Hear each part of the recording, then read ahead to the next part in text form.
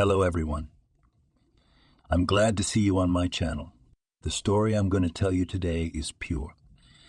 It is true that all the bad things that happen in life happen for a reason. It is said that we can appreciate the good things, the things when they happen to us. I hope you enjoy this story. I wish you a pleasant viewing experience. Many people don't even realize how much orphans can endure, having spent years learning to survive on the streets. Many of them are literally hardened. However, often such characters have a spoiled character on the background of the experienced stress. Therefore, orphans rarely find a common language with other people. They perceive many as their enemies and are accustomed to strict discipline and certain rules. When someone breaks their rules, they begin to rebel. However, Mary was not like that. Initially, the girl was given to the orphanage very young, when she was 2 years old. The girl did not like it there at all. Later, Mary was transferred to an orphanage, and the situation worsened. Many children did not accept her because of her kindness and naivety. However, despite her kindness, the girl managed to survive in such an institution. When she turned 15, she ran away from there at the first opportunity, despite the promise of an apartment from the state. Then Mary started wandering the streets. At first, she nailed herself to homeless people and moonlighted on the street with the help of cardboard with appeals for material aid. Then the girl began to grow up and move to more mature options for income: theft, resale of found things, and the sale of mail. A policeman named Jeffrey watched a vagrant named Mary. He had long wanted to put her away, but the witnesses and evidence in her case regularly evaporated like magic. Something about that girl irritated him. He himself had grown up in an orphanage, but he was strong and never gave up. And Mary, in his opinion, had taken a different path. He wanted to punish her in order to teach her. He thought that if the girl survived a serious trial when she was young, as he had once done, then she would reform and become good, start working, stop stealing, and start a family. Perhaps the man did not realize that he had no right to control someone else's life. However, he had the good fortune to apprehend Mary for stealing them. Yes, you don't usually get picked up by the police for such a trivial theft. But Jeffrey was determined, because the tramp was 16 years old. At first, the man just wanted to scare the orphan and tell her about the benefits of a normal life by bringing Mary to the station. Jeffrey realized that the detainee would not just give up. The girl would defy him in every way. If the man said that after work, she was waiting for a well-deserved salary, Mary was sure to insert a penny. If he promised her normal housing after home, the criminal necessarily added after 5 years in the dorm, after a conversation with Mary, and the police officer realized that he would have to go to extreme measures and create a stressful situation for her to help her cope.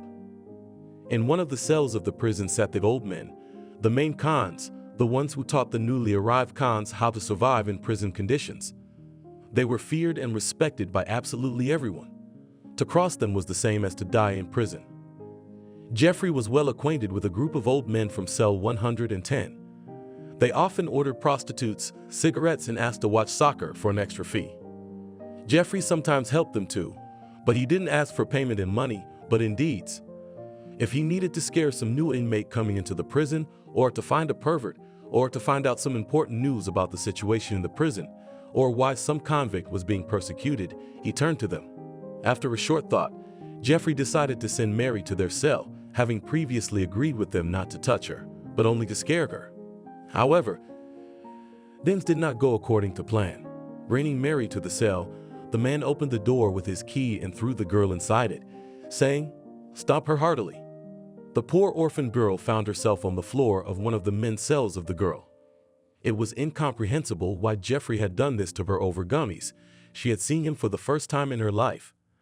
Mary didn't realize that police officers had been following her for a long time.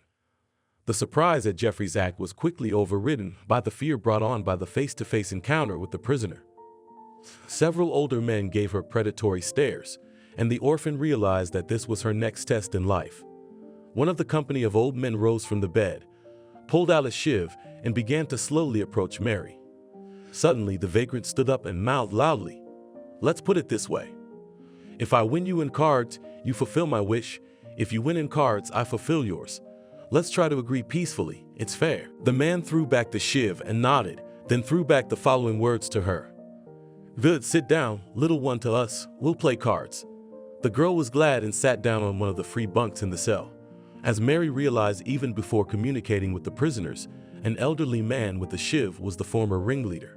He had a long beard and a tattoo of a lion with a crown. Clearly, he was the toughest guy here. He was the first one to start laying out the cards.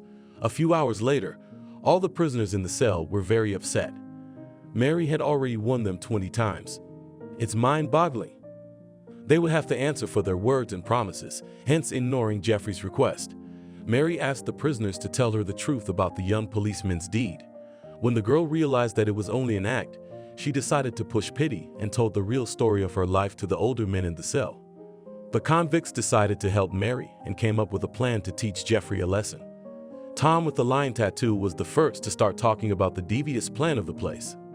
"Yeah, Mary, you're a great girl. Let's teach your tutor a lesson. Guys, does anyone have any paint, preferably red?"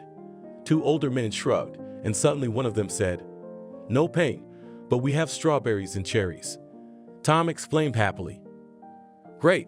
Tomorrow our favorite trash is waiting for the plate from the morning." Jeffrey was in a hurry to get to work first thing in the morning. He was happy because just today, in his opinion, he would be able to save another life.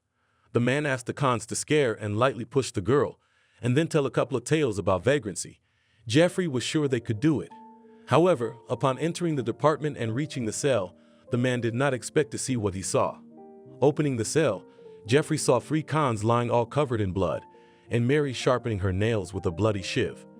Suddenly, she turned around and blood spurted from her mouth. The policeman's eyes went to his forehead and he clutched his heart, but suddenly all the people in the cell laughed. Mary wiped the juice of the berries from her lips and fell to the floor of the hokacha. The old men lifted themselves up and winked at the uniformed man, who abruptly closed the cell and ran away. Jeffrey went into a panic attack after what he saw. It wasn't until the policeman closed the camera that he began to realize it was only a prank. The first thing that went through Jeffrey's mind: how did she get them to do that? Did she sleep with him? Helping, and even persuading, is definitely not for me. Jeffrey bared his teeth even more in a smile and whispered through them, "Either you do as I say, or I'll put you away for 5 years as a thief. I'll find proof. Either way, you've been caught 1,000 times before, and one day I'll have all the docs in my hands. It's just a matter of time, don't you see, but go for it. You can get a legitimate job, and you'll know what a white salary is. You won't have to wander around anymore. You'll be able to get an apartment for yourself." Mary closed her eyes briefly and replied, "Okay, I'll think about it. Give me my stuff already." Jeffrey nodded and handed the girl a box of things. A week later, Mary was going on another case. The main thing was to find a bigger catch so she wouldn't be caught by the police again.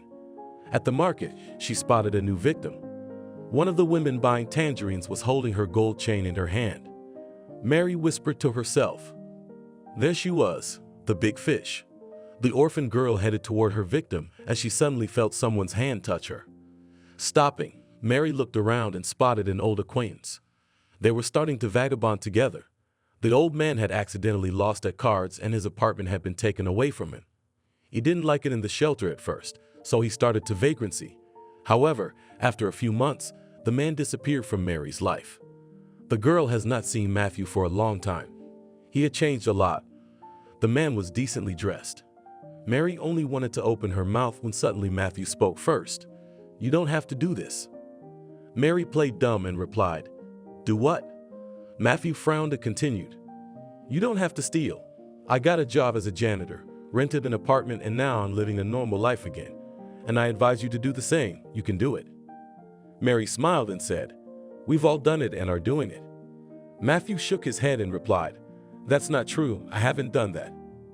Mary got angry and shoved the elderly old man away from her, saying, "I'll figure out how I'm going to live my life and what I'm going to do without you." "Well, I'm glad for you. Not everyone is as lucky as you." After the speech, the tramp moved forward behind the woman with the chain. Almost reaching her and thinking out the plan of the scam, Mary heard a voice telling her, "You can get a legitimate job and get a white salary. You don't have to do that."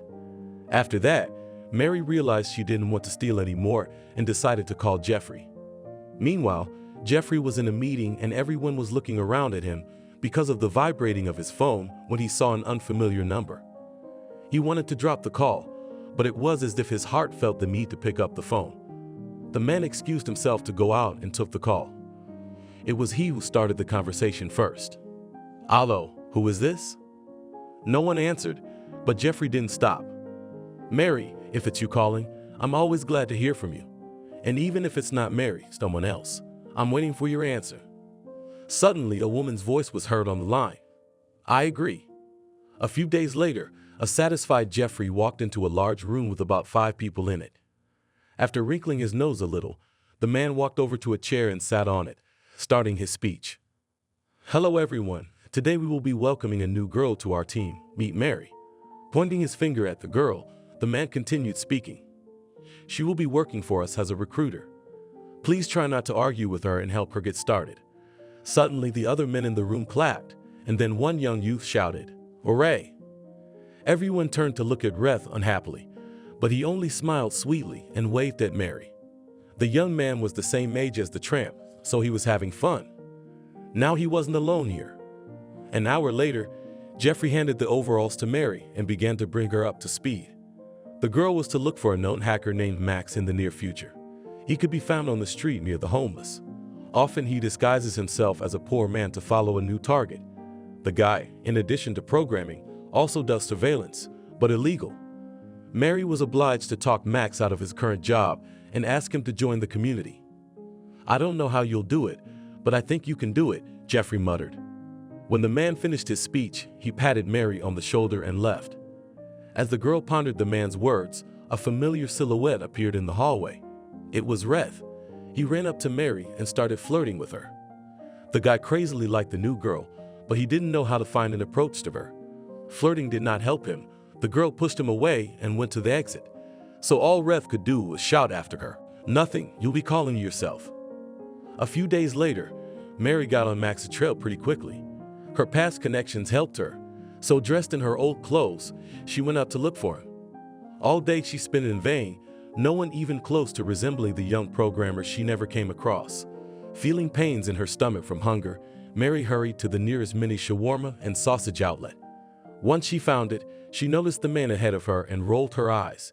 He was endlessly selecting sauce and some additives, preventing Mary from eating.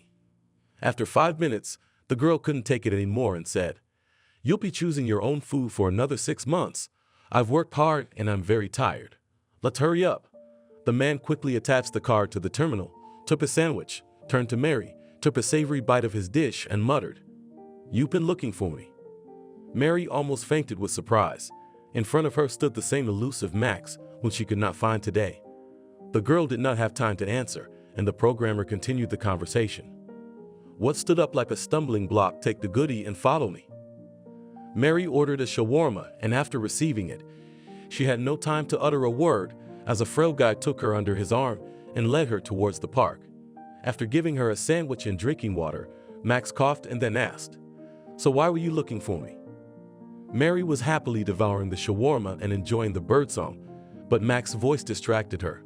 The girl paused briefly and replied, "We need your help. You are a talented specialist, you just chose the wrong path, as I once did." Max smiled broadly and gave out, "Yes, I know your background, beautiful. You used to run around in dumpsters and then you stopped." Mary rolled her eyes. She realized she was facing a narcissistic scoundrel, but it was her job to talk him down. It was her job to persuade people, so the girl thought for a moment and replied, "You are invited to work in a community made up of police officers. They promise to turn a blind eye to your past crimes and provide you with a legal salary, though not as much as you get now, but a lot too. Are you in?" Max smirked flirtatiously and replied, "I'll think about it." Mary shook her head and turned away for a second because of the rustling in the bushes. Just as she turned around and decided to give the young man a rude look, Max suddenly disappeared. There, it went through Mary's head. As soon as the girl moved towards her rented apartment, her phone rang. The number was hidden, so Mary picked it up out of curiosity. Laughter was heard on the line, and suddenly the person on the line spoke. "Well, managed to catch a great programmer on the street to persuade him to join us." The voice was familiar to Mary, and she realized it was Reth. "You won't believe this, but he found me. And he's quite handsome, by the way." Reth got angry and said, "That means you couldn't talk me into it. The young man hung up. Mary smirked and thought to herself, "You don't know how to hit on me." A few days later, Mary tried to persuade the community leaders to give her a new target. Allegedly, Max was not suitable for the organization, but she was told that if she didn't find him, she was unlikely to work with him. Mary, after a bit of pissing around, realized that she would have to push Max to the end. It remained only to find the guy again and not to fight with him during the next conversation. A day later, the girl noticed the programmer at the market. He was carefully choosing tomatoes. Mary could hardly contain herself from laughing. In her head, thoughts were floating around. Does he really eat all the time? While Mary was distracted, Max had already approached her and whispered in her ear, standing behind her. Yes, I'm hungry again. It takes a lot of energy for the brain." Mary startled and turned around, then disappointedly said, "Ah, it's you." The young man shrugged and said, "Well, yes, that's me. Who else did you expect to see here? You're supposed to talk me into it, right?" Mary once again rolled her eyes, grabbed Max by the collar and pulled him to her, and then kissed him tenderly. After the kiss, the girl whispered directly into his lips, "Agree already." Max looked at Mary in surprise and said, "Well, if it's as fun and interesting there as it is with you, then yes, I agree." Mary tried to hide her joy and took the programmer's hand. She pulled him behind her, leading him closer to their unofficial office. When the girl brought Max in, everyone was surprised. Jeffrey alone remained cool and said, "I had no doubt she was up to the task." Mary's next target was a trapper, a criminal who couldn't be caught because he was highly physical and clever at setting traps for the police and competitors. To keep Mary safe, Reth and newcomer Max were tied to her. No one knew what to expect from the trap. Even Jeffrey didn't know who he was. Most often, the mysterious criminal could be found in a club called Flow. It was a place where majors and criminals usually vacationed, so when going to look for the trap, one should be fully armed. Mary wore a gorgeous metallic-colored dress. It was a little short, but it was the only expensive dress that Jeffrey could find for the assignment. The girl looked like a space agent in it, especially with black heels and a stun gun. The guys Jeffrey had outfitted with black tuxedos. They were to play the role of Mary's official security detail. Allegedly, she is an aspiring singer from another country who decided to stop by a popular London club and relax. When all the community members sent on the mission had changed their clothes and approached the club first, Red started the conversation. "We're just like out of a spy movie. Aren't we a little oddly dressed?" Mary smirked and replied, "But those movies are made for a reason. So high society people really do dress like that." Max rolled his eyes and said jealously, "Stop talking. We're here on a mission or to argue. The clothes are fine. I've been to clubs like this at least a few times." Rhett laughed and said, "Kind of showing off for Mary." Max boiled up and replied, "Shut your mouth." Mary realized that the guys were about to fight and stopped them, briefly softening the situation. She didn't realize that their altercation would soon get out of hand. Mary, along with her co-workers, passed the inspection rather quickly. Upon entering the club, the girl began to search with her eyes for the most expensive table. The young blonde beauty realized that if the Capcan were hanging out here, they were clearly looking for a victim or sponsor, which meant that he would be attracted by big money. Seeing the black table and gold dishes on it, Mary realized that she found the right place. Calling the receptionist, Mary asked for permission to be placed near the black table upstairs, but she was refused, noting that it was a place for one person and no more. The girl realized that she would have to act decisively. After ordering a couple of bar shots and drinking them, Mary decided to play one dangerous role. The orphan girl decided to play the drunken and spoiled bitch. She picked up one of the shots, swung it around and threw it right into the blacktop with a shout. Bullseye. Things didn't go according to plan, as people didn't get up from the black table and the guards were already closing in on her. Suddenly, someone stopped the guards and a young man with dark hair appeared on the horizon. He smiled charmingly and said, "There's some kind of trouble." Mary realized she had to play the part to the end, so she continued pretending to be drunk and said, "Yes, I have a problem. I want to sit at that table." The mysterious brunette grinned and said, "Well, then let's go. Only your guards will stay here." Max and Red already wanted to intervene, but Mary stated, "Okay, I'm all for it. Let the party begin." When the girl went up to the second floor, she was suddenly struck with fear. At the table sat three young guys. They were playing cards for money. All of this company looked like egregious psychopaths, but it was too late to run, so Mary elegantly sat down at one of the vacant chairs near the table. And of course, the tramp decided to play cards with the majors, otherwise her drunken image would not be so convincing. Already in the process of the game, one blonde and short guy with squinted eyes asked Mary, "So what do you do in general? Are you not too young for such clubs?" The girl was not confused and replied, "I am an aspiring singer and my parents provided me with everything." "Why, you don't have much money." The short-cropped brunette smirked and said, "No more of this one." Mary lost once and then won 3 times in a row. Taking a small prize of money, the girl was about to leave. She had a feeling that she would never find the trap again. Saying goodbye to the company of majors, Mary started to go downstairs, as suddenly Rhett and Max clashed with each other and then began to fight on the first floor. The short-haired brunette walked up to a surprised Mary and whispered in her ear, "I thought you were a police bitch, but it looks like you're not. Your guards put on quite a show. Break up the lovebirds. You're paying one of them more, aren't you?" Mary laughed haughtily and said, "Yes, I'll deal with them myself." Despite the haughty look, the girl inside was going crazy. Rhett and Max almost derailed the operation. As she started to descend further down the stairs, Mary suddenly heard the brunette who had been waving goodbye to her call out, and not just by name, but as follows, "Hey, you're gonna finish the trap." There you are, Mary thought. Descending, the furious orphan ran up to her co-workers. The fight was already over, but they were still bickering, not paying attention to Mary. The girl suddenly shouted, "Are you two idiots?" Rhett and Max turned around and looked at Mary carefully. The tramp continued, "Well, shut up, get your stuff together and get out of the club. Wait for me near the exit. I'll be there soon, we're leaving." Max and Rhett wanted to object, but they realized that this could disrupt the operation, so they silently went to the exit. Mary went back up to the second floor and beckoned Capkin to her. Pretending to be a flirtatious fool, she asked for the brunette's number. He smiled enigmatically and said the following, "No, you better give me yours. I'll call you at the next party. Just come alone. It'll be more interesting." Mary thought the man's words sounded ominous, but she kept her number. It was for her job. After that, the girl hurried down and out of the club, and she succeeded. Having reached the ordered limousine, she sat down together with the fake security in the form of Max and Rhett, and they went to her rented apartment. Entering the entrance of the multi-story building and finding the right floor and apartment number, the entire team of 3 went inside. As they drove and walked in silence, Mary was the first to break the silence. "Explain that it was at the club. Do you even realize that I could have been killed because of you?" Rhett answered first. "That idiot wanted to get you out of there as soon as possible, not realizing it was a risk.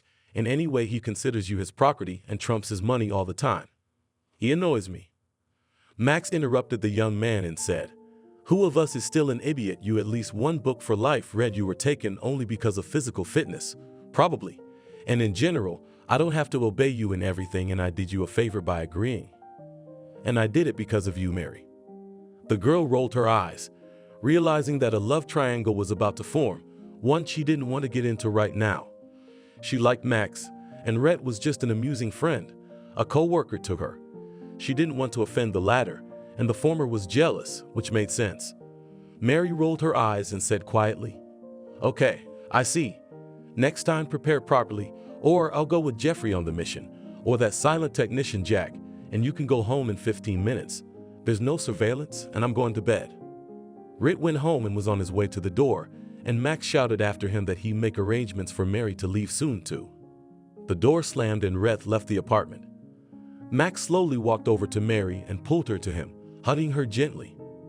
After the hug, the young man kissed Mary's face and whispered, "I'm glad you stayed alive tonight. I like that you're not afraid to take risks." Mary smiled and replied, "Come on, let's go have a glass of wine." The couple walked to the kitchen. The first thing the orphan girl did was to take out the glasses and filled them with red wine. When the wine was drunk, Mary already wanted to sleep, so she asked Max to leave, but he mercilessly pestered her. Tired of his attention, the girl said, "I'm not ready yet. I'm very tired. Please go home."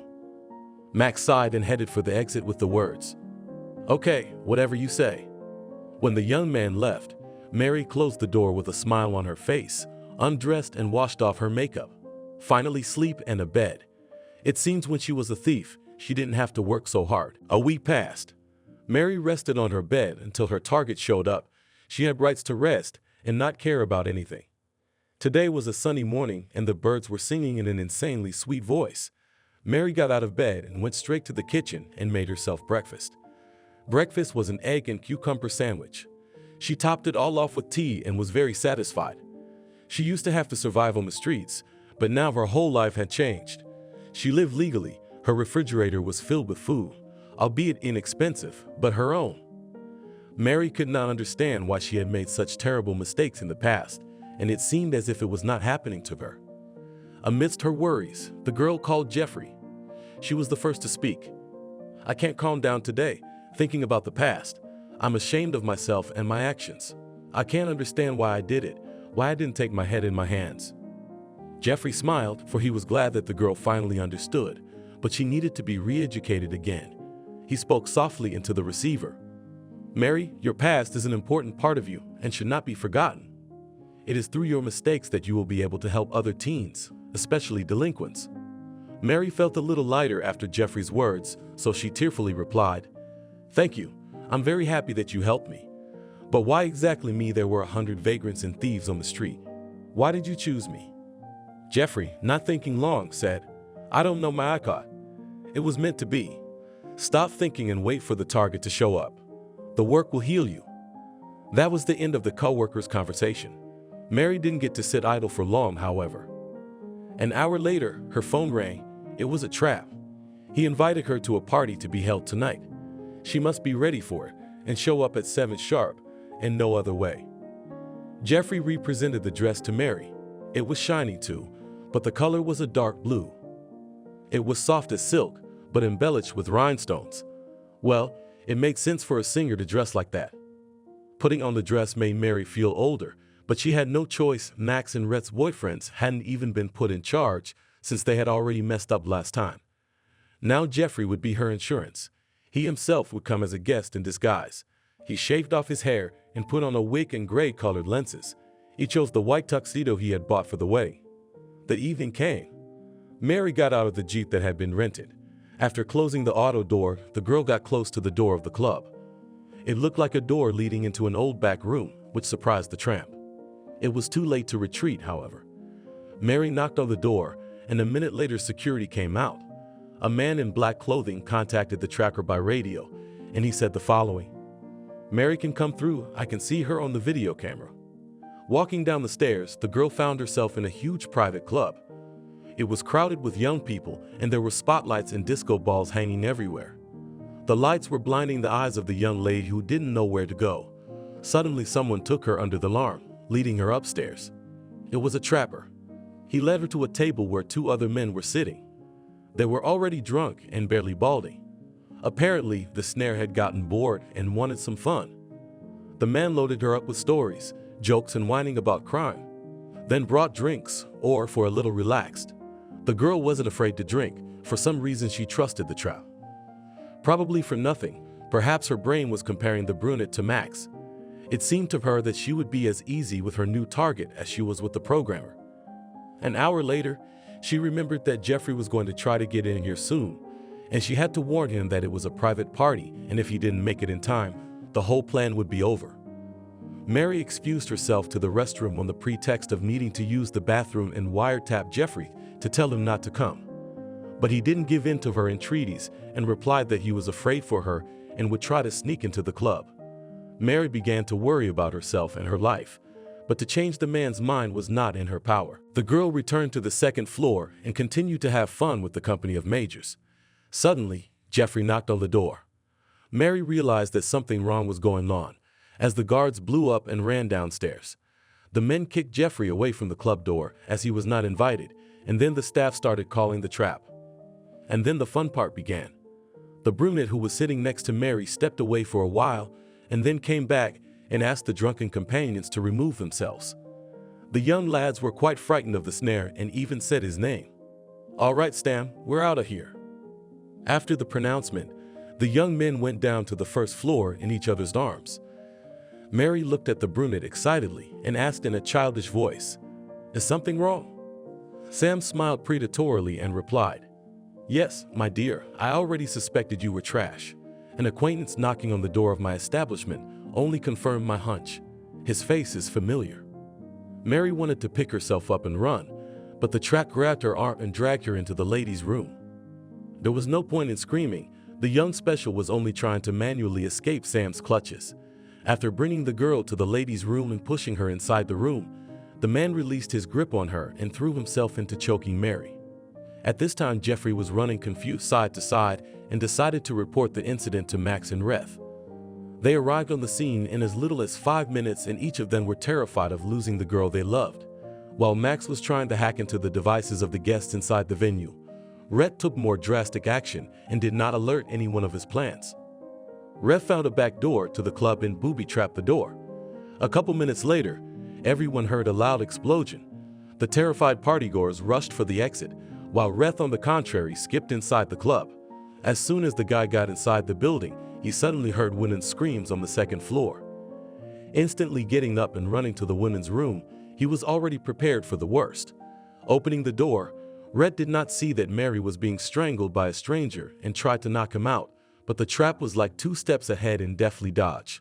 Pulling out an electroshock pistol, a couple of shots and Rhett was already lying on the floor.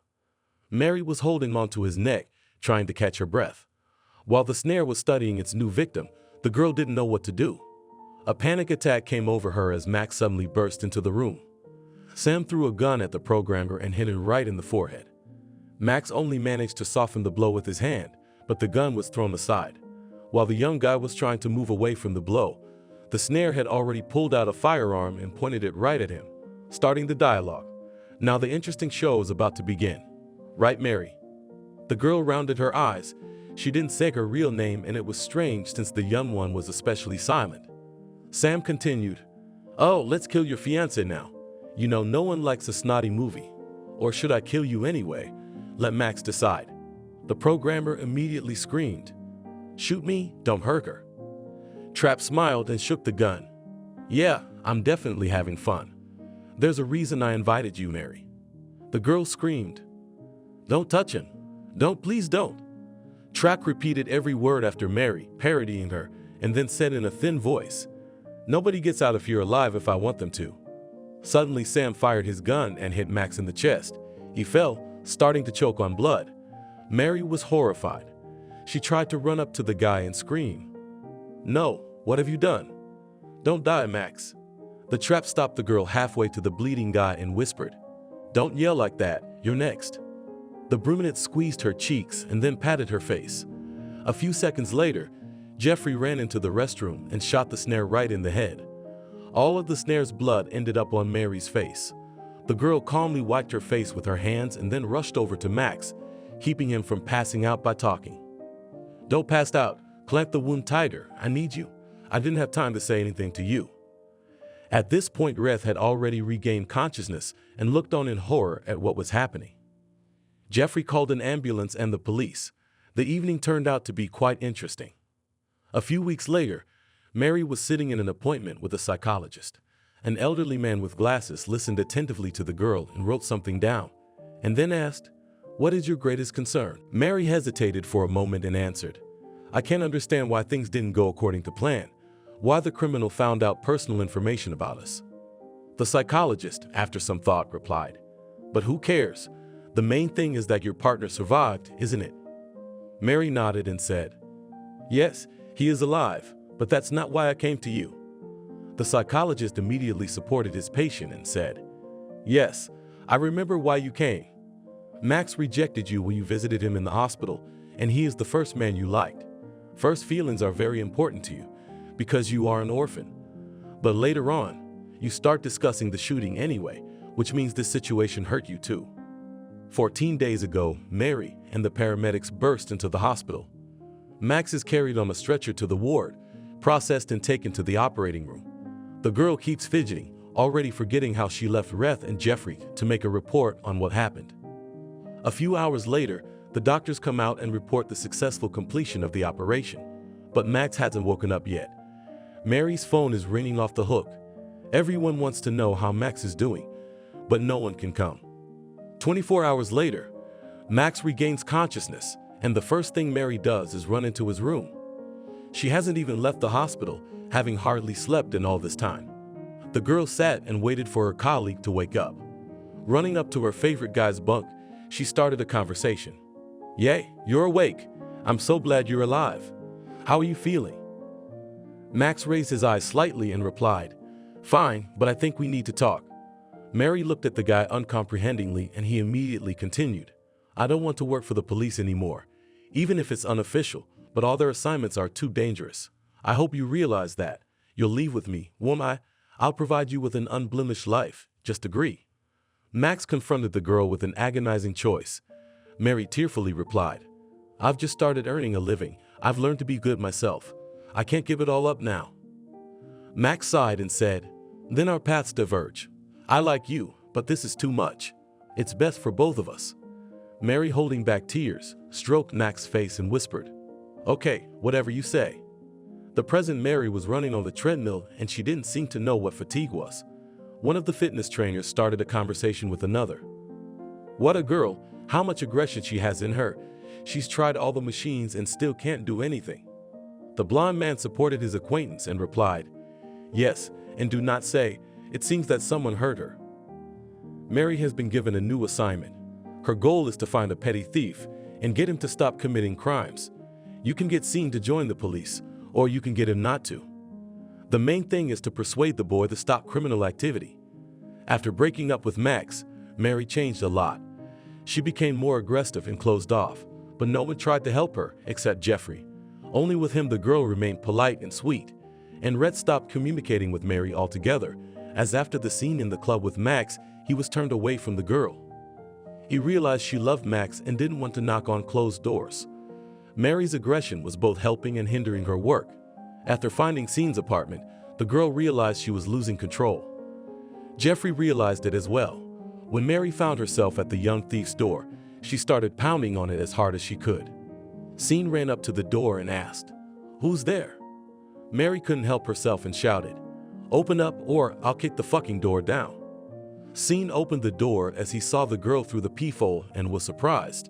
The young man did not have time to ask anything, as the young lady grabbed him by the scruff of the neck and dragged him inside the apartment, starting to speak. "Now listen to me carefully. Either you stop stealing or we'll put you away once and for all. You got me, kid." Steen looked at Mary in horror.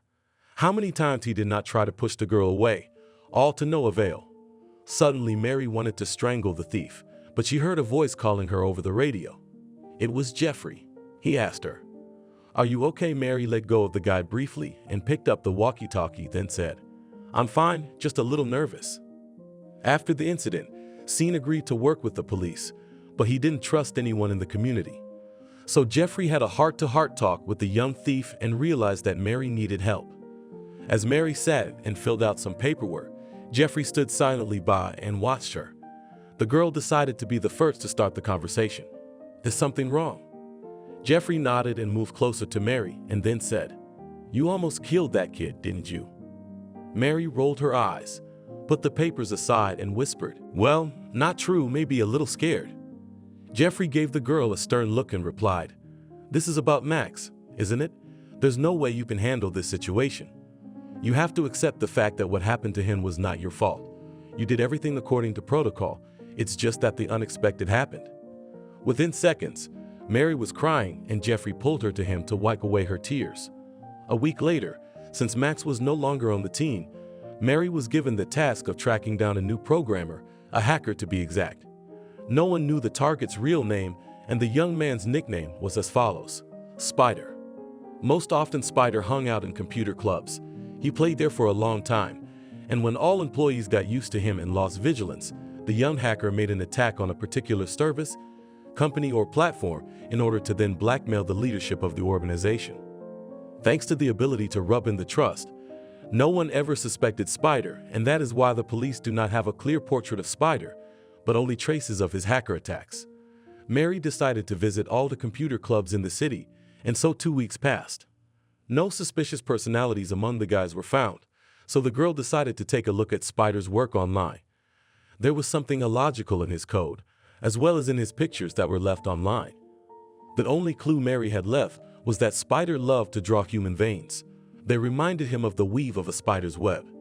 Deciding to take a little break from work, Mary headed to an internet club near her house so that no one would suspect her of a line. And once there, the girl just decided to play rather than look for another target. Sitting next to her was an adorable brunette. She had big brown eyes and plump lips. It felt like the young lady had come here not to play, but to find a boyfriend, because she looked like a model from the covers of magazines. Mary, of course, was surprised by the girl's appearance, but she didn't care. Half an hour later, the orphan realized that someone was beating her in a shooting game. The nickname of this player was Hacker, and after 2 hours the girl was already tired of playing just because of the hacker, who prevented her from relaxing. When Mary was about to leave, the brunette sitting next to her suddenly took off her headphones and turned to her, then said, "Already leaving? You don't want to lose to me again." Mary was surprised and realized that the hacker had been sitting next to her the whole time. Smiling, the orphan girl replied, "Well, yeah, playing with you doesn't make me relax." The mysterious stranger smiled back and said, "Come on, I'll give in to you." Mary shook her head and replied, "No, it wouldn't be fun that way." The brunette grinned and continued talking. "Well, no, but before you go, let's get to know each other." Mary shrugged her shoulders and said, "Let's." "Why not? I'm Mary." The stranger smiled and whispered, "And I'm Millie. I'm very pleased to meet you." At these words, the brunette extended her hand to her interlocutor. Mary decided to make a handshake, as suddenly noticed a drawing on Millie's wrist. They were veins. Suddenly, Mary laughed, and the brunette looked at her perplexed. The orphan girl took a breath and blurted out, "So that's what you look like, Spider." Millie jumped up sharply from her chair and thought about running, but Mary stopped her with the following words, "I'm not going to chase you, Spider. I have a business proposition for you, and if you stay, you'll find out what it is." Millie came back and took Mary's hand and led her toward the exit of the internet cafe. The orphan girl followed her. Once outside, Mary started a conversation. "So, about the proposal. I work for an unofficial organization that is sponsored by the police. We catch bad guys and serve the good of the city. We're offering you about the same money you're making now, only without the criminality and criminal activities." Millie suddenly took out a cigarette and lit it, then said, "And why should I believe you? You've blown me off in games." Mary rolled her eyes and said, "Are you all programmers so obnoxious, or am I the only one who gets like that?" Millie laughed and replied, "I don't know." Mary sighed and said, "You can trust me. I was a thief back in the day, and in fact, half the community is made up of ex-criminals." Millie took another puff and smiled. "Interesting." 2 weeks later, after Mary had persuaded Spider to join them, the community managed to solve 2 serious crimes, a murder and a jewel theft. In all that time, however, no one had ever seen Spider in person. Well, except for Orphan. Jeffrey decided to hold an emergency meeting and this time demanded that Spider was present in person. Everyone was astonished when they saw that the famous hacker was a girl, and what a girl! A tall and thin brunette with gorgeous tattoos. Rhett's spirit soared when he saw her. Mary felt bad that the new girl was getting all the attention, but she wasn't jealous, so she quickly calmed down. Jeffrey hadn't just held a meeting. There was a new assignment on the agenda. It was necessary to find a criminal named King. The man played with fake cards and once even bought himself a golden crown. He put it on during another crime, and so he was nicknamed the King. When he couldn't win honestly in cards, and when he got tired of playing with fakes, he shot the heads of his opponents and left with the money. The task was dangerous. The man had to be stopped. Because of him, a terrible showdown began. Some rich men played a shootout with others, as he knew how to stratify them. Finding him was only possible in underground and mountain clubs. Those are not easy to get into. But the police team is lucky, because Mary used to be into cards, and she has an invitation to one of these clubs. Dressed in cheap clothes for the game, Mary felt unwell. She was already tired of playing any roles to make money. The girl wanted to be real, herself again, but there was no one to relax with. Her whole life revolved around work, what used to be and what is now. Mary decided that after this assignment she would definitely look for a boyfriend and friends, because loneliness was eating her up. Spider and Reth were also brought in for the assignment. Millie had to hack into the video camera in the room to keep an eye on the game, and Reth had to play the role of savior if something unforeseen happened during the mission. Everyone was wired for communication, and that was comforting to Mary. Approaching the underground gambling establishment, the orphan girl sighed as the fresh air outside was buddy fresh. The girl did not at all want to return to old acquaintances, but for one night she would have to pretend to be a different person. Knocking on the cherished door of the club, Mary did not have time to wait a minute as the security came out of the institution. The staff recognized her immediately and said, "Oh, Mary, we haven't seen you here for a long time. You've grown up and bought new clothes. Where have you been? Come on in." Mary went inside the cellar. Nothing has changed, she thought. When she got down to the gambling table, she saw the whole group of players. Several big businessmen were sitting and looking at their watches. They were waiting for the last player, and it was Mary. There was also a stranger sitting at the table. According to the orphan girl's assumptions, he was the king. Everyone sitting at the table, seeing Mary, smiled and sighed happily. And then the administrator came to the table and said, "The game is starting." Mary was winning hard, and the stranger sitting in the corner was quietly freaking out. There was an unhealthy glint in his eyes. There were only a couple of games left to play when suddenly the man won. Mary was surprised. She lost quite rarely, and everything was going right. At some point the girl got angry and even thought of hitting someone, but remembered in time that she was on a mission and the money was not even hers. The man won again, and Mary realized that the stranger was obviously cheating. The girl let him win the whole game and decided to leave the basement with him. Disgruntled businessmen dispersed quite quickly, as they were drunk and came here just to laugh. But Mary and the stranger stayed. To be more precise, the man wanted to leave, but suddenly he lit a cigarette, and after a few puffs he asked Mary, "How long have you been playing?" Mary nodded and quietly replied, "Yes, quite a long time, 4 years now." The stranger laughed and said, "And I've been playing for 20 years, but I like the way you deftly played me." Mary smiled slyly and decided to scare the man. "You never learned how to play for 20 years, King. Only with the help of cheating was able to beat me." The stranger abruptly pulled out a knife and brought it up to Mary's face, then whispered, "And who are you? Beauty, aren't you afraid that I will cut your delicate face?" Mary was already in a state of agitation, so she replied, "No, I'm not afraid. I am the police, and now your scams have come to an end." The man grinned and said, "Well, we'll see about that." And after the speech, the king swung his knife at Mary. Suddenly the stranger fell to the ground, and behind him stood a satisfied Millie with a bloody cobblestone. Mary got angry and asked, "What are you doing here?" Millie smirked and replied, "Keeping you from dying." "Yeah, and I feel like I just saved our mission." Mary rolled her eyes and whispered, "Or failed." It was lucky that when the king woke up, he believed Mary's lie that the police had gathered evidence and he was going to jail. So the man signed the contract. Otherwise, he could also sue Mary and Bertha for wrongdoing. The girls literally got away with it. However, this situation strengthened the relationship of the two young ladies, and they began to be friends. True, their friendship was hindered by Greth, who began dating Millie. Mary was annoyed by this union because over time the guy began to like her, but it was already too late. Mary did not have to think long about her fate in personal relationships. There was a new task, to find a criminal named Shooter. The man liked to kill people with military weapons. Each time the criminal used something new. The stranger's most favorite weapon was a dueling pistol. He was also a hustler. He was chosen as a target by the king, not Jeffrey. The man had convinced the team that he would make a good assistant in terms of finding new criminals. And it was true. The shooter was familiar with absolutely all the criminal authorities of the city. However, there was a small problem. It was impossible to intimidate this guy. According to King, Shooter doesn't know what fear is, and it is necessary to act gently with him. A week later, the team learned that Shooter visits a private club, which Mary was already, as well as Reth and Max. It was there that the latter was shot by the trap.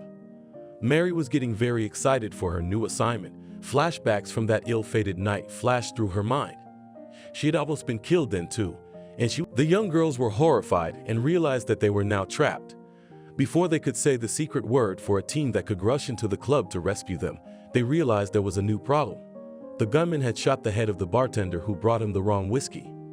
Mary was horrified. The man was indeed dangerous. Millie tried to think of a way to distract the criminal and suddenly kissed him and then said a code word. How delicious. The gunman did not appreciate the brunette's impulses, took her by the hair and threw her on the floor. Suddenly the music stopped and all the guests of the establishment heard the voice of the king. "Hello, today is the king's evening and the feast will begin. And to the girls I say hello, but already the last in their lives." After saying that, the man laughed creepily. This laughter stuck in the head of the girls, who stood and waited for help. The music started playing again and Shooter grabbed Mary's hair and started playing with it, saying, "What beautiful hair, it will look beautiful in a pool of your blood." A couple minutes later, Jeffrey ran into the club. Finding the girls at the bar with his eyes, he slowly made his way through the crowd. And while Shooter was intimidating Mary, the uniformed man took a stun gun, got closer to the criminal and gave him a discharge. Shooter began to shake with the gun in his hands and then passed out. Mary and Millie breathed a sigh of relief and then held hands again. After a minute, Mary was the first to break the silence and asked, "What do we do now?" Jeffrey sighed and said, "We'll put the shooter away and try to find out how to catch the king." 2 weeks later, while the team was searching for the king with the help of information from Shooter, the criminal himself had already managed to kill about 10 people. After the robbery, he started painting a crown on the walls. Unfortunately, the man has gone completely off the rails. Now he's not just a hustler, but a homicidal maniac. After another shift, Mary was on her way home. The search for the king yielded no results. However, reaching the apartment, the girl received a strange message. "Well, hello, beautiful. I invite you to another game. Only come alone or I'll skin you alive. Kisses, your king." Mary immediately texted Jeffrey and got ready for her next assignment. She wanted to catch him, not for money and fame, but for revenge because he had plunged her into her own nightmare. Reaching the right address, Mary stopped. In front of her stood an abandoned garage. The girl already wanted to leave, as suddenly the spotlights installed inside the room lit up. In the center of the garage stood a table with cards and a bottle of wine. Mary was frightened. Still, the king was clearly not as simple a criminal as he seemed at first glance. Going to the table, the girl sat down on the table and read the letter lying next to the bottle of wine. It said the following: "Coming soon. Don't start the game without me." In a minute, the king was already there and sat down next to her. The man wore a strange mask. It was covered in blood and slightly torn. The mask resembled clown makeup, only kind of ugly and sinister. Mary also noticed that the king had shaved off the hair on his head to cover the tattoo of the crown. She was brought out of her musings by the criminal himself. "Well, let the game begin." Mary nodded silently and said, "Come on." Mary was winning desperately, and the king's nerves gave up when the girl did not give him a chance to win the last game. The man could not stand it and pulled out a shotgun, and then began his speech. "Honestly, I'm sick of you. I want to shoot you, but I know how I can help you longer. I know your background, Mary, and I know something else. There is information that will touch your fragile heart." Mary smirked and said, "And which one? Confess, you wear diapers." The king peeled off his mask and snidely replied to Mary, "No, that's not what I mean." Mary was surprised and asked, "What do you mean then?" The king theatrically fixed his hair and replied, "I mean that I know your parents." "Oh yes, you've been told by everyone that you were dropped off and no one knows your biological parents, that they're dead. But I do." Mary was horrified. Did he really know the truth, or was he bluffing after all? Suddenly he wouldn't tell her anything because he would be arrested. The girl didn't know what to do, because soon the backup would come and she wouldn't have time to get the information out. As soon as Jeffrey appeared on the horizon, King ran inside the garage and pulled the lever. Smoke then appeared and he disappeared. 15 minutes later, as all the police officers were examining and searching the garage, a glowing crown pattern on the wall appeared. Mary at this point was standing off to the side with Jeffrey and asking him about her parents. The police officer only shrugged his shoulders. He didn't know if the king was lying or telling the truth, but one way or another, he had to be caught. A few weeks later, a new lead emerged. A note had been left at the scene of one bank robbery that read as follows: "I'm waiting for Mary again. We'll go out together. Let her come to the yard, and I'll shoot her point blank. Come soon to my favorite Broadway." 3 days later, Mary and her crew realized where Broadway was. There was a crime park in the city where a notorious murderer named Singer regularly committed crimes. After he killed his victims, he would sing to them, supposedly giving them the most important thing: his songs. The singer was a complete psychopath. He was diagnosed with everything from schizophrenia to psychopathy. Mary was sent to the park at night as bait. They put a bulletproof vest under her clothes and even issued her a gun this time. The girl walked with a pocket pistol in her pants and could not calm down. Panic attacks came over her time after time, and even the support of Millie, Jeffrey, and Rita didn't help. Not only had Mary found out that she could find her parents, but she might be being hunted by two psychos. It was hard to get that out of her head. When she arrived at a park called Broadway, she sat down on the nearest bench and began to freeze. It was fall now, but to the girl's senses it felt like winter had already arrived, shivering cold. Mary looked around. In this way the whole hour passed. After an hour, however, a man in a cloak and hat appeared on the horizon. It was the king. He silently walked up to her and shoved the king's card at her. The card was labeled with numbers.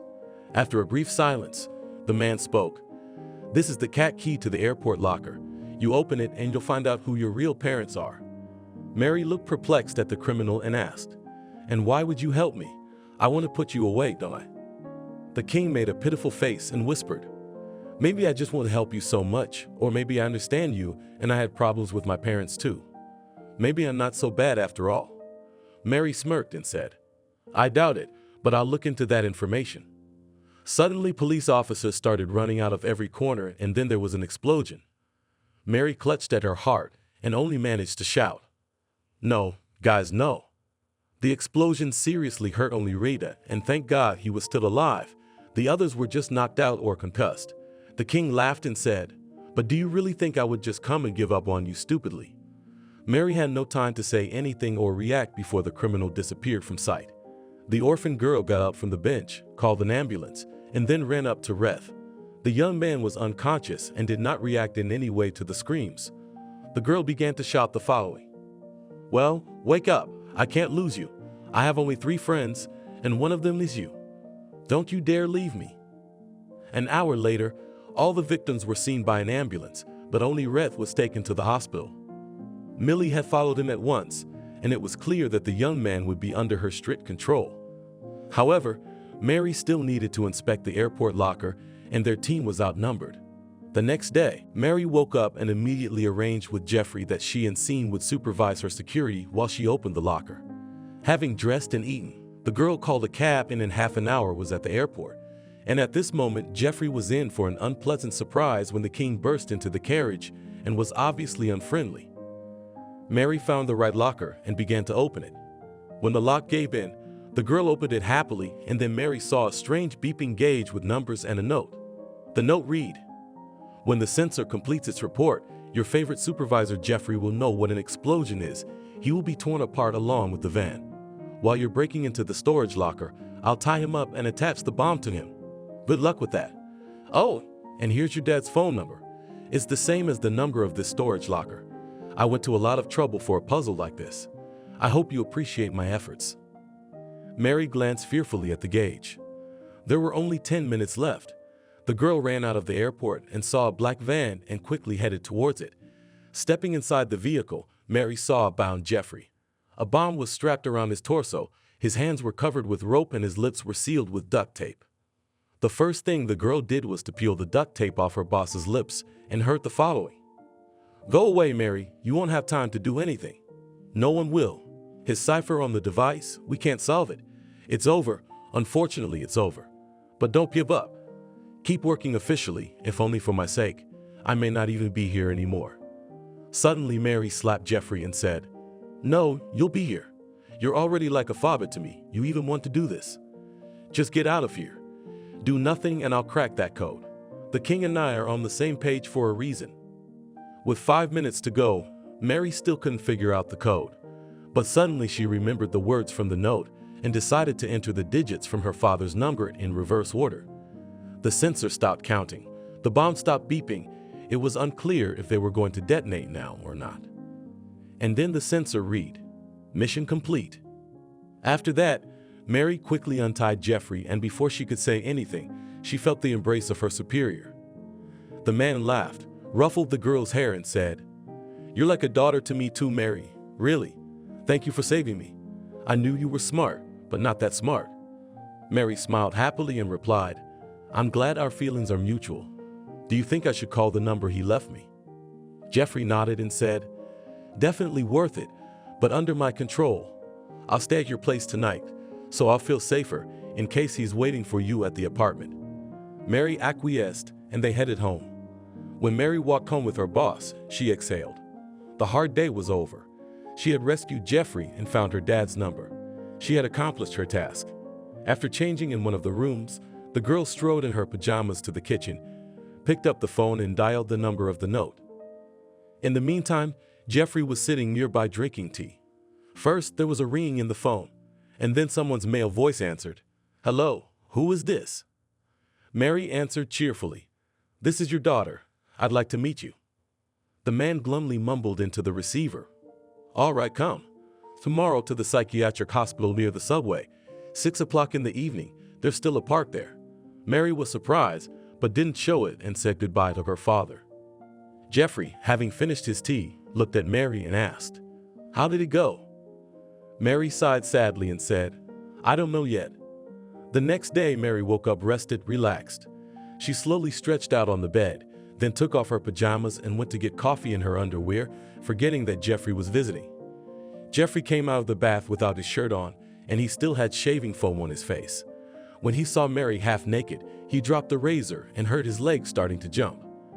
Mary laughed a little, grabbed an old robe from the door, threw it on, and then pulled out the first aid kit and called Jeffrey over to her, whispering, "Yes, well, you've got it. Let me treat that leg." Toward evening, the girl was already packed for the mission. Jeffrey promised that she would be backed up by the team, as Rhett was feeling better and Millie would return with him. Mary got ready, and when she saw the 17:15 mark on the clock, she hurried to the park. When she reached the right place, she sat down on a more or less decent bench and waited. An hour later, an elderly man came up to her and sat down next to her, and then started a conversation. "Are you my daughter?" Mary was surprised and replied, "I don't know, you tell me. A criminal convinced me that you are my father." The man smirked and said, "But if your name is Mary and you were left at age 2 with a note outside the orphanage, then yes, that's me." Mary gazed into the stranger's face and whispered, "Yes, that's me." During the conversation, the girl learned that her father had left Mary because he was a criminal and a very dangerous one. He was hunted and wanted to kill. Therefore, to protect his daughter, he had to give her to an orphanage. He could not entrust his mother with his daughter because she went crazy and ended up in a psychiatric hospital. Therefore, Charlie every time came to the park near the hospital to support his ex-wife. He would sometimes wave at her from the window when she had lunch. Mary enjoyed the conversation with her father, but it was very short and she got very little information. The only thing that was known even now was what her parents' names were and why she was in the orphanage. But that wasn't enough. She wanted to find out what her father was wanted for, but she hadn't figured out how to do that yet. Mary did not suspect that soon she would find out everything without any effort. 3 days later, the girl, like the rest of the team, was called in to discuss a new assignment. The next target was Charlie, Aka the famous killer who worked as a sniper in the army, and Aka Mary's father. But the second fact Jeffrey didn't know about. As the meeting went on, Mary sat terrified. She didn't know what she should do. Her father was her new target, and she was not looking for him to cooperate, but only to get some important information about another assassin named Dax. Mary decided not to reveal that she knew her main target and pretended to work like the others. But 3 days later, she called her dad again and offered to meet. The man again appointed Mary a meeting in the park, and she gladly accepted his offer. Charlie came not empty-handed, but with a bouquet of flowers and gold jewelry, a pendant with her name on it. Mary was pleased and accepted the gifts, and then began to ask her father unobtrusively about his past. When the talk turned to Dax, Charlie couldn't stand it any longer and said, "You work for the police." "You work for the police? Isn't it a shame that I've revealed myself to you? Are you trying to turn me in?" Mary shouted back desperately, "No, I wasn't going to turn you in, you're my father." Charlie got angry and said, "Don't lie to me." Mary felt confused and only managed to say the following, "Yes, I'm involved with the police, but I don't work directly with them. I saw your file and decided to ask. I wasn't going to turn you in." The older man calmed down and continued, "I wasn't a hitman, I was set up, and that's exactly what Axe did. You don't need to mess with him. Daughter is not a nice person, he was military too, just like me." Mary didn't have time to answer anything as the man stood up and walked away towards the road. The girl realized that she would not get any information from her father about the murderer, so she decided to turn to her mother, who was lying in a mental institution. Having introduced herself as a police officer, showing a fake ID, Mary went inside the hospital, and then the nurses brought her to the right room. Before leaving, the clinic employee responded to her. "You don't need to talk to her for more than 15 minutes. Joan likes silence." After knocking on the door, Mary waited briefly and opened it. The young girl was surprised to see her own mother drawing something on the floor. She wanted so badly to run up and hug her, but the thoughts in her head prevented any tenderness. They screamed that her mother was crazy. When Joan saw the young visitor, however, she put aside her sketch pad and stood up, then sat down on the bed and whispered, "Did you want something? You're the new nurse. Why are you out of uniform?" Mary smiled. Her mother was quite adequate, so she decided to answer. "Yes, I want to talk to you. But I am not a nurse. I am your daughter. I know this news is shocking, but it's true." Joan was greatly surprised and suddenly chirped, "It can't be. Charlie said you were dead." "Mary, is it really you? What happened?" The young girl became embarrassed and said, "I was put in an orphanage. My father gave me an orphanage. I didn't die, so you didn't want to give me away. Are you even crazy at all, or why are you kept here?" Joan smiled sadly and said quietly, "I was laid up here with a neurosis, and then I was locked up here by a killer named Axe. He said, either you're here for the rest of your life, or I'm going to find you and kill you. This is all because of your father's ex-husband, Charlie. Something happened between them in the military. He never forgave your daddy." Mary was glad that not only was her mother mentally healthy, but that she talked about everything openly and was quite polite. So Mary realized that it was time to find the killer and save her mother, and she did forget about her father because she had Jeffrey. Mary smiled and said, "Joan, I'm going to get you out of here, Mom. I promise. I'll find this killer and everything will be okay. Just bear with me a little longer." Joan smiled sadly and whispered, "Please, just don't promise something you can't fulfill." Mary smiled and said, "I'll get you out, and after that you'll be making you pancakes." Loud laughter was heard in the room. A few weeks later, Mary told the team the truth about her father, but Jeffrey decided to dismiss her from the case, so a scandal broke out. The girl started the fight first. "How can you suspend me after I told you the truth? You have a conscience. How can you do this to me? I saved your life, and now it's my life." Jeffrey's response was restrained. "I understand. It's precisely because it's your life that you shouldn't get involved." Mary emotionally punched Jeffrey and ran for the exit. Already on the street, breathing, the girl decided for herself that she would find the killer herself, and it did not matter whether she had help or not. The first thing Mary did was to call Max, but he refused to help her, arguing that he was afraid for his health. Strangely enough, after talking to Max, she felt better. She realized that the guy is cowardly and she needs another man. After talking with her ex, Mary ran home and then undressed, turned on her laptop, and began to look for information. A few hours later, the girl came across an article about a military man who was going to be put in a hospital because of a denunciation. The denunciation of Private Nicholas was made by a fellow soldier named Charlie. The man complained about a fellow soldier because he got drunk and started running after the squad with an axe. Charlie was sure that his comrade had lost his mind and needed urgent hospitalization. But then there was some sort of explosion of installations at the military base, and everyone forgot about the incident. After reading the article, Mary understood everything. She realized why the man locked her mother in the hospital and wanted to kill her father. It was an ordinary revenge. However, it was unclear who he had killed.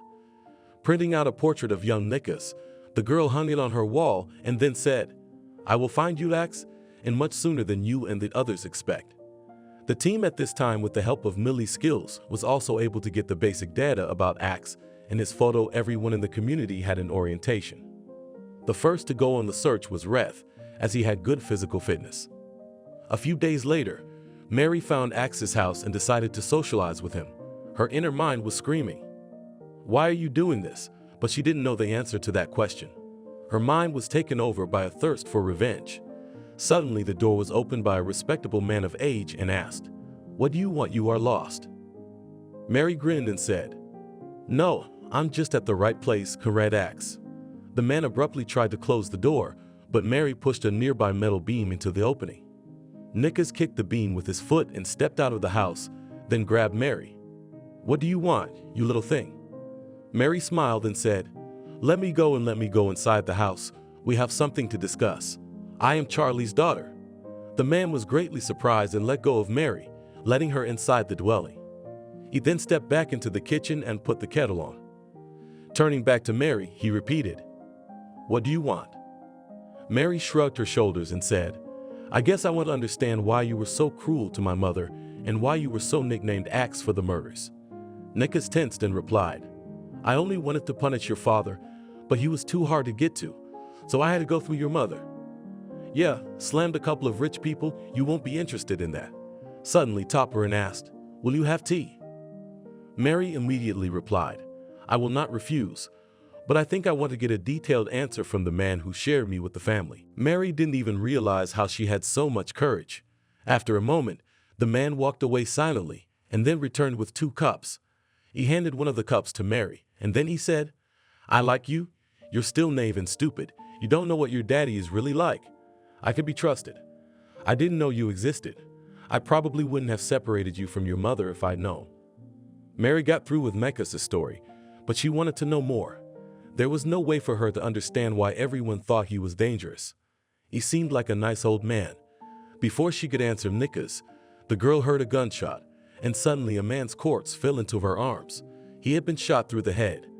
A minute later, a SWAT team ran into the house and took Mary out of the room.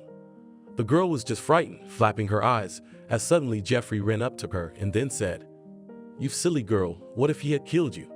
We decided to just take him out because he had booby-trapped the one courthouse they wanted to try him in. He's really sick. There wasn't time to find the detonator. Mary came out of shock after a few minutes and said, Why did you kill him? It's too cruel. Suddenly, Mary was interrupted by one of the special forces. Can you imagine? There's a man left rat poison in the kitchen. Looks like he made a special tea for someone. The girl took hold of her head and felt nauseous at the thought. From the tea, Mary began to feel like there were only criminals around her and no one could be trusted. So she decided to go on vacation for 2 weeks. But Jeffrey asked to visit her, as he feared for her mental health. In 10 days, Mary had time to prepare all the paperwork and move her mother into an apartment. The first days after her mother's release went perfectly. Joan was happy about absolutely everything, but then her mother started a serious conversation with Mary, who had to go back to work soon. Have you ever thought of going to work somewhere in the post office, where it's safe and there aren't such terrible problems? You had a nervous breakdown like I did. I'm worried about you, my daughter. Mary just hummed and continued drinking her coffee, then said, I don't want to give up this job because of the friends I've made there. They're Jeffrey, Millie, Reth. They're like family to me. Suddenly, Joan said to her daughter, So introduce me to them. Mary smiled happily and whispered, Okay. The first thing Mary decided to do was to introduce her mother to Jeffrey. She called him to visit again and he arrived with a cake, starting to ring the doorbell alarmingly. Hearing the sound of the bell, Joan asked, Who's pushing Mary's button so hard? The young girl smiled and said, It's my boss, Jeffrey. He is worried about me, so he presses the button 200 times if I do not immediately go to the door. I was surprised, but I didn't let it show. But no one expected Jeffrey and Joan to know each other. When Mary led the man into the kitchen, her mother dropped the dishes on the floor and shattered them. Jeffrey was the first to start the dialogue. Oh my God, it's you, where did you disappear to? Joan quietly replied, Hi, Jeff. Yes, I was in the hospital. Your daughter probably told you everything. Mary looked perplexed at the boss and mother and then asked, Do you two know each other? Joan and Jeffrey replied in unison, Yes. A few hours later, it became clear that Mary's boss and her mother Joan had known each other before she was born. They went to college together. Joan had been Jeffrey's first love, but then suddenly disappeared. Mary laughed at this coincidence. Not for nothing, the man had always been like a father to her. However, remembering her own father made her uncomfortable, and for good reason. A few days later, when Mary went to work, there was a new assignment: to catch and detain a murderer who shot the daughter of an oligarch. First, of course, it was necessary to find out who the killer was, and then to apprehend and hand him over to the police. This was one of the most difficult tasks in the whole work of Mary. The girl was confused and did not know where to start, but then Millie gave her a good idea. She suggested looking for potential killers among acquaintances and friends. For a long time, Mary questioned Kat's acquaintances, but they did not tell her anything interesting. However, when it came to the neighbors, important information surfaced. Kat had a wealthy elderly neighbor, Lily, who had put out cat food until about 10 years ago and was bored, so she not only traveled regularly, but also kept tabs on her neighbors. She told Mary that the girl had an elderly lover who had come to deal with her the night before the murder. And that wasn't all. The elderly man was known to Kat's hangout as he only slept with young models. What he was hooking them up with was unknown, but the fact remains there is a suspect and it's unclear why Kat's friends are lying. Since the sweet talk of Kat's friends didn't convince, Jeffrey had to arrange a real interrogation in the department. One guy who had known the murdered girl since childhood did crack, and it shocked the entire department. Everyone in Kat's hangout was afraid to talk about her affair with an older man named Charlie. He threatened them that he would slit their throats since he had connections and money. Everyone believed the man. They didn't know his last name, but a photo was left on their phone. The photo was Mary's father. The case took a completely different turn. Jeffrey didn't know how to inform Mary about it and how to catch her father, but he gathered his courage and called the girl. Having made an appointment to meet her at the cafe, Mary turned on some music and began to get ready to go to the cafe. Her mom was frying pancakes in the kitchen. It seemed to the girl that life was going well. Work no longer frustrated her, and Jeffrey kept their family a secret. Mary hoped that mom would get together with Jeffrey, then the girl would have a complete family. So Mary was going to the cafe with a happy smile on her face. The young lady's packing was interrupted by another phone call. Her father called her and said the following: "Come to the park tonight at 7:00 p.m. We need to talk urgently." Mary sighed and replied, "Okay, but this is the last time I'll do it." And then the girl hung up the phone and ran out of the apartment to get to the cafe as soon as possible, and then in time for the park. When Mary arrived at the cafe, Jeffrey was already waiting for her and drinking a milkshake. He looked very funny from the outside, sitting in his police uniform. Mary decided to play dumb and asked, "Why are you running, Daddy?" Charlie smiled weakly and said, "Well, you know I can't tell you the truth. I have to protect you." Mary got angry and blurted out, "Protect me from what? The information that you've been sleeping with young girls and killing them." Charlie got angry too and replied, "That's none of your business, daughter. Let me guess, you're here to arrest me." "No way, little girl." Suddenly, the man's eyes turned red with anger and he grabbed the girl's neck, beginning to choke her. Mary tried to fight him off, but all was to no avail. Even though the girl had to say a code word for the team to start running out. The first thing that suspected something wrong was Millie. She yelled loudly into the wire, poshly, if everything's all right, but only silence came back. And then the team came running out. The SWAT team barely had time to pull the man away from Mary. The girl clung to his neck, again and again trying to catch her breath with tears in her eyes. When she calmed down and saw Charlie being loaded into the car, she shouted, "How could you?" Charlie stuck his head out and yelled back, "You're trash, you're not my daughter." After that, they finally put her in jail. Life started to get better. Jeffrey started dating Joan, and Retha and Millie were already planning the wedding and starting to send out invitations to the wedding. Mary was alone, and she could not get a personal life. Millie realized that her friend was lonely and decided to introduce her to his own brother, who had recently graduated as a lawyer and also went to work in the organs. He immediately managed to break into the FSB. Millie set up a meeting between Mary and Dean. She asked her friend to pick up some documents from her house when her brother was there. Mary knocked and went inside the apartment, and it seemed strange that no one answered, because according to Millie, there had to be someone inside, like a brother. In a minute, Mary had already found the papers and was about to call her girlfriend to ask what to do about the empty, unlocked apartment when suddenly a naked guy ran past her. Dean didn't even notice her and dashed into the kitchen. Mary dropped her phone on the floor at that moment, and her eyes went to her forehead. Hearing the noise, the tall brunette threw on a towel, pulled a gun from the nightstand, and then walked toward Millie's room. Seeing Mary, the young agent aimed at her and then asked, "Who are you? What are you doing here? And why are you going through my sister's things?" Mary breathed a sigh of relief and said, Good thing you're in a towel now. The tall blue-eyed brunette got embarrassed and continued asking questions. So you are who 7? Mary rolled her eyes and replied, well, flashbacks. I feel like you're a carbon copy of Millie, just in male form. I'm her friend Mary, and I hope she's told you about me. After a little thought, Dean lowered the gun and said, well, yeah, I think I heard something about this irrepressible little bitch in the department. So it's you. Mary got angry and asked, did she really describe me just like that? The young guy laughed and said, of course not, just kidding. After that, the couple talked for another hour and parted ways. The next day, Millie interrogated Mary to find out if her brother liked her. When the programmer heard words like arrogant, snide, and caustic, she realized that Mary liked the guy, but they still needed to get closer. When the workday was over, Mary hailed a cab and happily got into the car that arrived. But suddenly her phone rang again from the department. The girl thought, but she was wrong. The call came from her own father.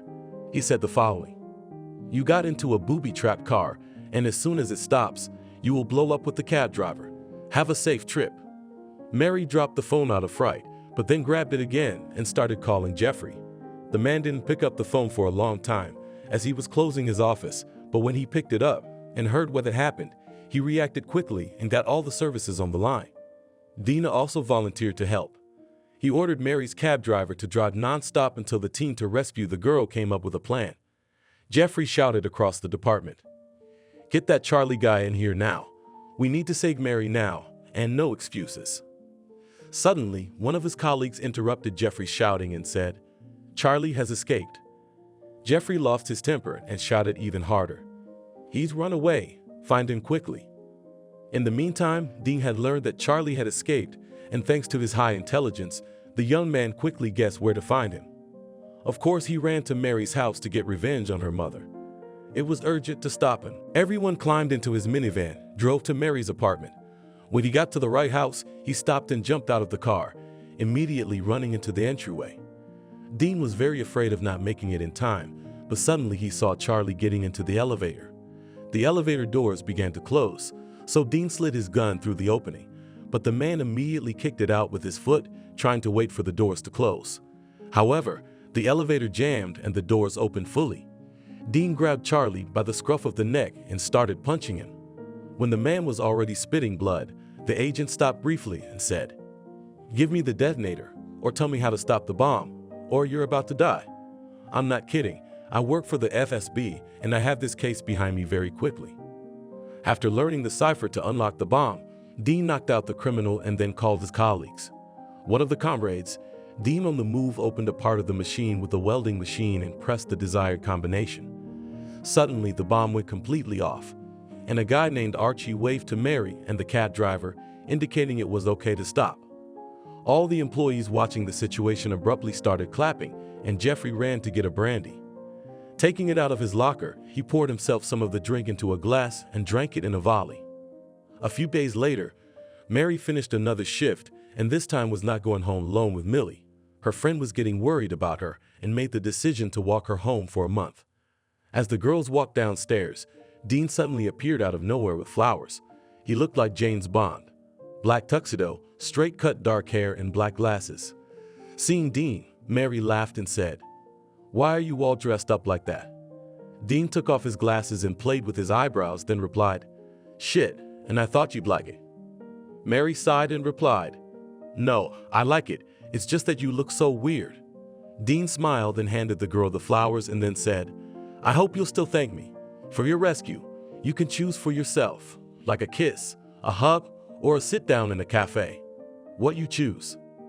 Mary smiled and said, "It's a choice without a choice." Dean whispered back intriguingly, "Yes, it's a choice without a choice, but so decided that." Mary didn't have time to reply as she was interrupted by Millie. "And I'm not interrupting you lovebirds." Dean laughed and said, "Yes, to be honest, you are. Go home to your fiancé. We'll catch up with you later if you need anything." Millie laughed back and whispered in Mary's ear before leaving, "Look at him, he's good." After a little flirting, Mary and Dean parted ways. When the guy brought her to the driveway, the girl didn't even give him a kiss. The next day was Mary's birthday, and she invited everyone from the community to a cafe to celebrate. The day went beautifully. She was given a bunch of presents, ranging from a gun to a piano. The last one was given by her mom. No surprise there. So at the end of the evening, Dean came up to Mary. He was a little late, as he had an urgent matter related to the murder. The young man apologized and held out a small gift wrapped in a box with a crimson bow. Mary was embarrassed, accepted the gift, and quickly began to open it. Inside the box was a ring, not a ring, but an engagement ring. Mary gasped as she saw the expensive diamond and realized the nature of the gift. After considering the presentation, she whispered, "It's very beautiful, thank you, but I'm not ready yet." Dean smiled widely and hugged Mary against her will, then whispered, "It's okay, Mary, I'll wait. Another year and you'll definitely be mine." The couple laughed loudly, but a year later Dina and Mary got married, and a year later they had a beautiful Sonny. Although Max tried to sabotage the couple's wedding and interfere with Mary's happiness, he failed. The couple consisting of Dean and Mary became the standard in the police department for everyone, especially for Jeffrey, who was proud of Mary as his daughter. Even though she wasn't his own, he still considered her his daughter. Jeffrey is insanely glad that he once wanted to punish one obnoxious girl who turned his life into a fairy tale. Thank you for watching this video to the end. Subscribe to the channel. Like it, write comments if you like the story, and see you on the channel.